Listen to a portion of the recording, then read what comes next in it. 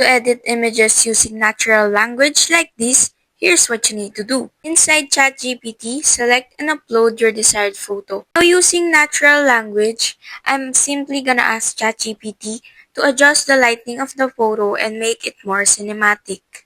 What's good with using natural language is that you don't need a long prompt to generate images. Just type simple words and that's it.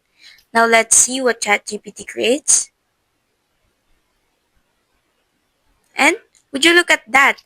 A more cinematic, more adjusted lighting photo. Now look at our reference photo.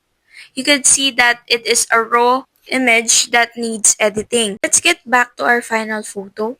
You could use this if you're making poster for movies or even if you are just wanting a more cinematic vibe to your photo that you need to post. You can adjust your prompt to your liking and there you have it. Alright, so now you know how to edit images using natural language like this.